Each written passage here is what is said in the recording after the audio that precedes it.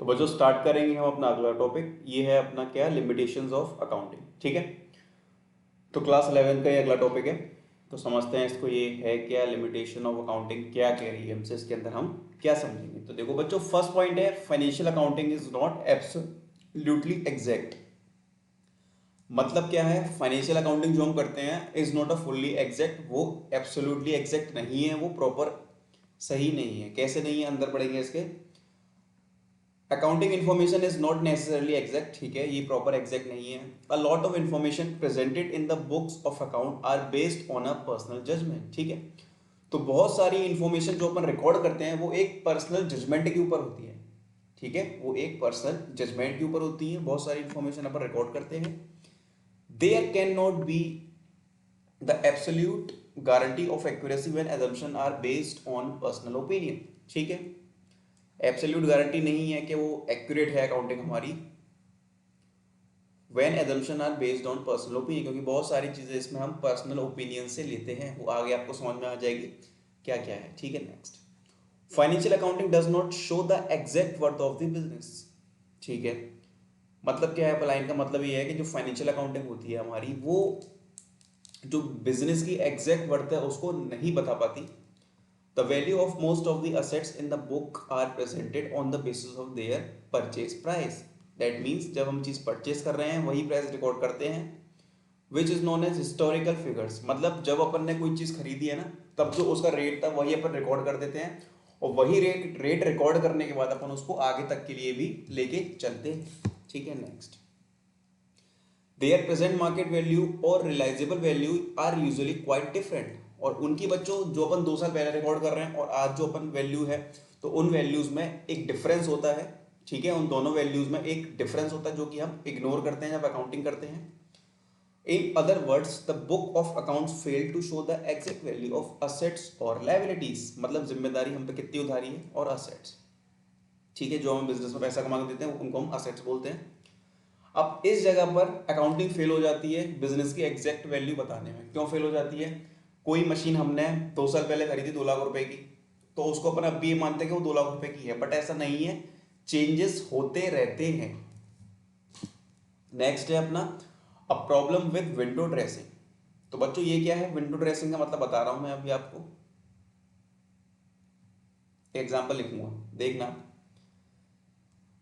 कभी आप लोन के लिए अप्लाई करना, ठीक है, कभी आप लोन के लिए अप्लाई करना, ये आप हो, ये जो आपको लोन दिलवा रहा है ना वो बंदा है। तो इस बंदे को अपने टारगेट्स पूरे करने होते हैं। तो बच्चों जब आप इसको कहते हो ना कि हमारा लोन कर दे, वो कहता है ठीक है, तो ये आपसे सैलरी पूछता है, तो सैलरी आपने बताई 12,000 रुपये। तो ये क्या करता है, 12,000 का तो लोन होगा नहीं, सैलरी बहुत कम है, बहुत ही ज़्यादा कम है, तो ये क्या करेगा, इस 12,000 रुपये को ये 20,000 रुपये करके दिखा देगा। ये 12,000 को 20,000 रुपये करके शो कर देगा, और जब ये 20,000 रुपये करके शो करेगा ना तो आपका लोन हो जाएगा। तो इसने क्या करा, कंपनी में गलत रिकॉर्ड दिखाया। इसने क्या करा, कंपनी में गलत रिकॉर्ड दिखाया। तो बच्चों विंडो ड्रेसिंग का मतलब भी यही है, एग्जैक्टली सेम है। कंपनी अपने फाइनेंशियल रिकॉर्ड्स को गलत दिखाती है। ठीक है, कंपनी क्या करती है, जो उसके फाइनेंशियल रिकॉर्ड्स है उनको वो गलत दिखाती है। कैसे, पढ़ो आगे, उसमें सब कुछ लिखा हुआ है, मेंशन है, देखो ये लिखा हुआ है। Balance sheet figures are often modified, modified का मतलब चेंजेस, ठीक है, to make it looks better.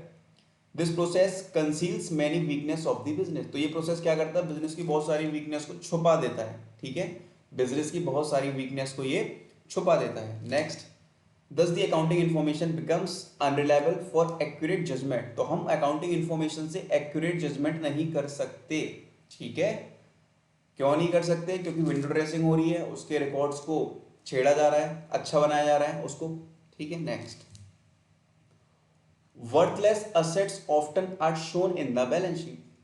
Several worthless item can be appear in the balance sheet as an asset. मतलब बहुत सारी चीजें हो, तमाम तरह की चीजें हमने भर रखी है अपनी बैलेंस शीट में asset बोलकर, तो this will project a wrong picture of the business. तो ये क्या करता है, एक गलत पिक्चर बिजनेस की शो करता है। नेक्स्ट, अब नेक्स्ट है अपना no effect of inflationary trend. ठीक है, no effect of inflationary trend मतलब क्या है बच्चों, देखो ध्यान से,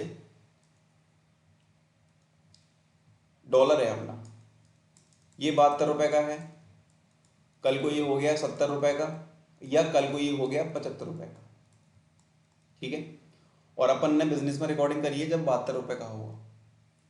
तो अकाउंटिंग के अंदर एक कमी ये भी है कि जो इसने 72 रुपये रिकॉर्ड किया है ना, आगे की सारी ट्रांजैक्शन जो भी करता जाएगा बुक्स में रिकॉर्डिंग करेगा, सारी रिकॉर्डिंग ये किसको लेके करेगा, सारी रिकॉर्डिंग ये 72 रुपये से करेगा। ये कुछ चीज़ से कोई मतलब नहीं है, इन्फ्लेशन बढ़ रहा है घट रहा है, हर साल पैसे की कीमत बढ़ रही है और हर साल महंगाई दर भी बढ़ती है, इससे कोई भी मतलब नहीं है। जो हिस्टोरिकल वैल्यू है ना उसको ही रिकॉर्ड करता जाता है, ये भी इसकी एक कमी है, ठीक है।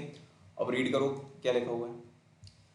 Currency is not a stable unit of measurement, currency एक स्टेबल यूनिट नहीं है मेजरमेंट की। Inflation can make the value of currency itself difference, मतलब ये बच्चों महंगाई दर हर साल 5% बढ़ती है। तो अगर आपका आज 10 रुपये है आपकी जेब में, अगर आप जेब में ही रखोगे ना, तो एक साल बाद उसकी वैल्यू बाहर कितनी हो जाएगी, 5% से वो इंक्रीज हो जाएगा। इन्फ्लेशन बढ़ती जाती है हर साल, तो मतलब पैसे की वैल्यू भी क्या होती है, बढ़ती है। बैंक में पैसा रखा है 100 रुपये, एक साल बाद उसे निकालना तो वो ब्याज लगा के बढ़ जाएगा पैसा। मतलब ये है, ये समझ लो कि हर साल जो अपनी इन्फ्लेशन रेट है ना, महंगाई दर है, वो इंक्रीज होती जाती है। लेकिन यहाँ पर हम उसको इग्नोर करते हैं। क्यों इग्नोर कर रहे हैं, फाइनेंशियल अकाउंटिंग में ये इसकी डीमेरिट है कि अपन ने जो रिकॉर्ड कर लिया ना हिस्टोरिकल वैल्यू वही रिकॉर्ड होगी, ठीक है। Measurement with this elastic tape can give conflicting results, ठीक है। Next, ignores the qualitative information. Qualitative information का मतलब ये है, अगर हमारा बिजनेस गोल्स अचीव कर रहा है, सारी चीज़ें टाइम पे अचीव कर रहा है, तो बच्चों यहाँ पर सारी वैल्यू जो मनी से रिलेटेड है ना वही ली जाती है, ठीक है। सारी वैल्यू जो मनी से रिलेटेड है केवल वही ली जाती है। और यहाँ पर जो हमारा स्टाफ है, जो हमारा मैनेजमेंट है, वो जो एफर्ट डाल रहा है उसके एफर्ट्स को टोटली इग्नोर किया जाता है। तो यही है इग्नोर्स दी क्वालिटेटिव इन्फॉर्मेशन। तो बच्चों ये अपनी 6 डिमेरिट है अकाउंटिंग की, ठीक है, ओके।